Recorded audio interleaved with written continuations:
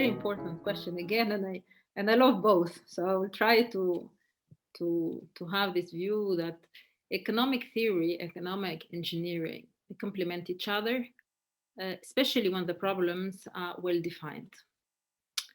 So for me, that economic theory can be seen as a cement for economic engineering, particularly for certain specific economic problems.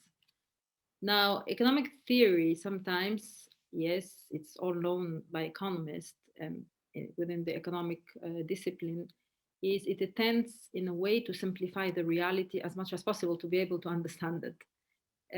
But then the problem of simplification is that you are completely anchored into that model and you are unable to see the reality. And then when you apply that model to the reality, unfortunately, it's not applicable.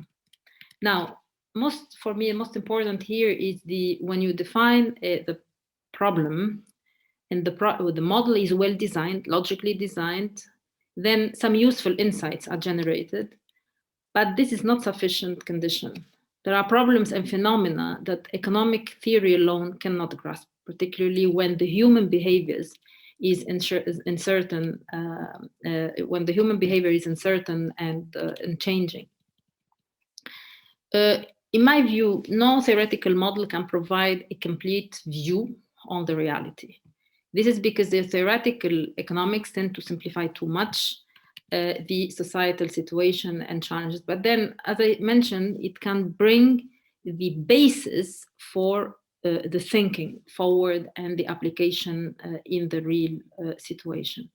Now, of course, if we look at our reality is very complex, and it's with the globalization, with all the interaction between phenomena and so on, it becomes more complicated to find the appropriate solution to everything. And this is why there are those what we call the trade-offs.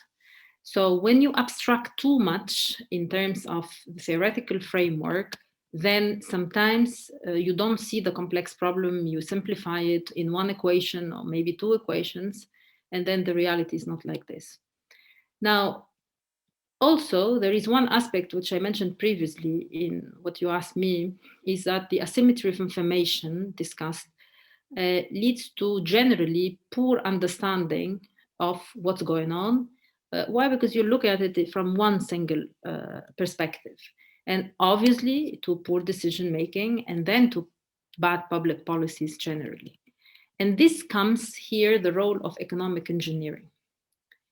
Now, to adapt the learning of the theory. So then, yes, take the theory as a basis and try to adapt it based on what the ground is telling you. Accept also that the model design can be flawed, where information is asymmetric, of course, because over time you are trying to get further information from the ground.